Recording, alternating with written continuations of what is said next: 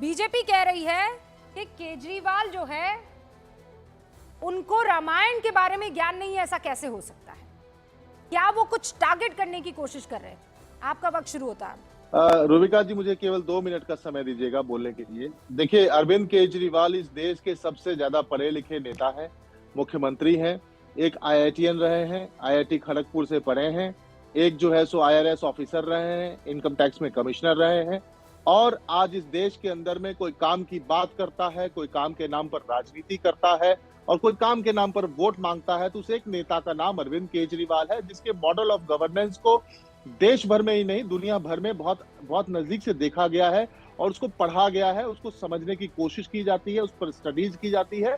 आज मुझे एक बात समझ में नहीं आ रहा है कि बीजेपी का एक ही नारा रावण है आदर्श हमारा।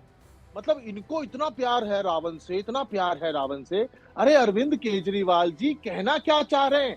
अरविंद केजरीवाल जी ये कह रहे हैं झुग्गी में रहने वाले लोगों से कि जो लोग आपको बार बार कहते हैं जहां झुग्गी वहां मकान, जहां झुग्गी वहां मकान, पिछले 11 साल से जहां झुग्गी वहां मकान, उन्होंने पिछले 11 साल में केवल 3,700 मकान दिए हैं झुग्गी वालों को, जबकि 4,000 मकानों की जरूरत है, और जिसमें अगर इस हिसाब से देखें तो 1,000 साल लग जाएगा। तो इनके चक्कर में मत फंसना, क्योंकि ये भी जो है तो उसी रावण की तरह है जो कि अपना भेष बदल कर आएंगे और आपको जो है सो जैसे सीता मैया को लेकर के गए थे, और आपके झुग्गी में जिस प्रकार से ये लोग आते हैं, कैरम खेलते हैं, रात्रि प्रवास करते हैं, ऋतुराज जी, आप ये कह रहे हैं कि कहने का भाव कुछ और था और बीजेपी तात्पर्य कुछ और निकाल रही है, लेकिन जो कहा वो सबने सुना। ठीक है, गौरव भाटिया जवाब रूबिका जी सुनिए, ऋतुराज जी बस एक सेकंड, मैं चाहती हूँ आपने पूरा भाषण सुना है, उन्होंने झुग्गी वालों को समझाया है। ओके, वही तो कह रही हूँ कि आपके कहने का तात्पर्य ये है। रामायण में सोने की हिरण बन करके सीता मैया को जो है सो आकर्षित करने की कोशिश की गई, तो वो कौन थे? राक्षस प्रवृत्ति के लोग। गौरव भाटिया जी, राक्षस प्रवृत्ति के लोग वो ये कह रहे हैं कि रावण और राक्षस प्रवृत्ति के तो आप हैं, वो तो आपके बारे में बता रहे थे और आपको कोई मुद्दा नहीं मिल रहा है, इसीलिए आप इसे राई का पहाड़ बना रहे हैं। रूबिका जी नमस्कार। सबसे पहले तो ये कहूंगा, एक अंग्रेजी में कहावत है, fools rush in where angels fear to tread. गधे दौड़ दौड़ के जाते हैं, भाग भाग के जाते हैं जहां संत लोग भी नहीं जाते हैं, क्योंकि संत लोग समझदार होते हैं।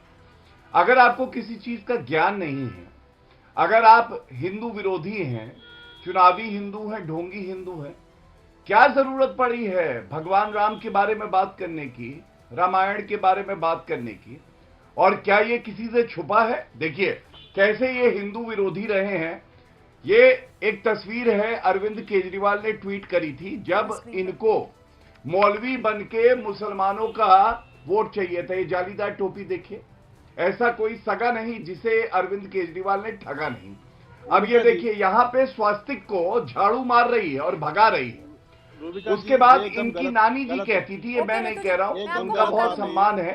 ये स्वास्तिक नहीं है, बीच में ना टोकिए, नहीं है, एक बार ये हिटलर की पार्टी जो नाजी पार्टी है उसका निशान है। अब सुनिए, अब ये गलत बात है, स्वास्तिक की बात मत करिए। ऋतु जी, ये गौरव भाटिया जी, देखिए आप एक रिस्पेक्टेड लॉयर हैं, सुप्रीम कोर्ट के लॉयर हैं, इस तरीके से राष्ट्रीय चैनल पर बैठ करके आप लोग चीजों को मिसलीड करेंगे तो ये चीज अच्छी बात नहीं है। आप कंस्ट्रक्टिव डिबेट करो, आप जो है सो लॉजिकल बात करो, फैक्ट्स पे बात करो। ये गलत बात है रूबिका जी, मैं आपत्ति दर्ज ऋतुराज जी, आपने अपनी आपत्ति दर्ज कर ली। अब गौरव भाटिया की बारी। गौरव भाटिया, देखिए मैंने जो आपको तस्वीर दिखाई, स्वास्तिक चिन्ह को झाड़ू मार रहा है, स्वास्तिक चिन्ह भाग रहा है और जालीदार टोपी लगा के कहते थे मौलानाओं को 17,000 रुपए मैं भत्ता दूंगा। अब चुनाव आए तो हिंदू याद आ गए, ग्रंथी याद आ गए और पुजारी याद आ गए। पहला सवाल तो ये पूछा जाएगा, 17 महीने से तो मौलानाओं का रुपया नहीं दिया है, ग्रंथियों और पुजारियों की याद आपको अभी चुनाव के समय क्यों आई? 10 साल पहले क्यों नहीं आई? दूसरी बात, इनकी नानी ने स्वयं कहा था भव्य राम मंदिर क्यों बना रहे हो, मत बनाओ, वहां पे कोई जरूरत नहीं है। अब पूरा ढोंग पाखंड करते हैं। तीसरी बड़ी बात याद करिए रूबिका जी, एक सुझाव ये भी दे डाला था, कहते थे लक्ष्मी गणेश जी की फोटो जो हमारे लिए पूजनीय है, ये नोट पे होनी चाहिए। और जब खुद इश्तिहार दिया, मेरे हाथ पे देखिए, ये इश्तिहार है दिवाली का। दिवाली में ये आपको अरविंद केजरीवाल की फोटो दिखाई दे रही है, देखिए इसमें लक्ष्मी गणेश जी ढूंढे भी नहीं मिलेंगे। तो क्या है, ऐसे ढोंगी, ऐसे फरेबी आपको कहीं मिलेंगे?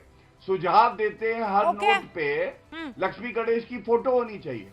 और ये दिवाली का इनका फुल पेज का ऐड, जनता की गाड़ी कमाई के बाद, और इस पे केवल अरविंद केजरीवाल दिखाई दे रहे हैं। कि दिल्ली के चुनाव इस बात पर लड़े जाएंगे कि कौन बड़ा, नहीं पहले सवाल का जवाब, इस बात पे लड़ा जाएगा कि कौन बड़ा हिंदू है, कौन जो है सबसे ज्यादा आस्था रखने वाला हिंदू है, कि दिल्ली की जनता को आप क्या देने वाले हैं। चुनाव किस बात पे लड़ा जाएगा? 30 सेकंड में जवाब दीजिएगा।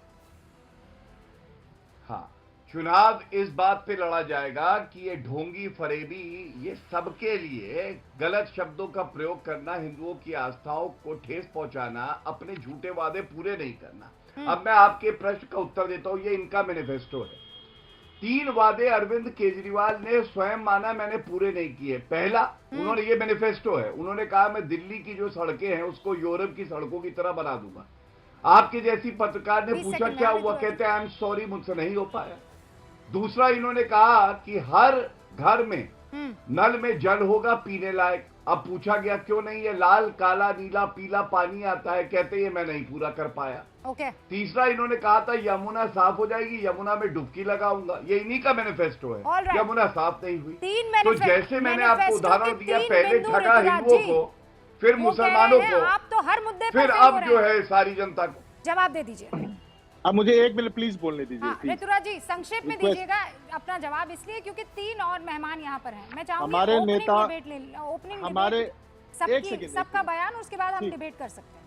ठीक है। हमारे नेता ने कम से कम स्वीकार किया कि इतने सारे वादे पूरे किए और 3 काम ऐसे हैं जो पूरे नहीं हो सके, क्योंकि जो है सो मंत्रियों को जेल में डाला गया, कोरोना आया, बहुत सारा डिस्टरबेंस हुआ, उसमें देरी हुई, स्वीकार किया। लेकिन रूबिका जी, सबसे इंपॉर्टेंट बात देखिए, आज से 5 साल पहले भारत के प्रधानमंत्री नरेंद्र मोदी जी रामलीला मैदान में रैली करते हैं, 1750 कच्ची कॉलोनियों के लोगों को बुलाते हैं और कहते हैं कि सभी कच्ची कॉलोनी को पक्की की जाएगी, सबको पक्की रजिस्ट्री दी जाएगी।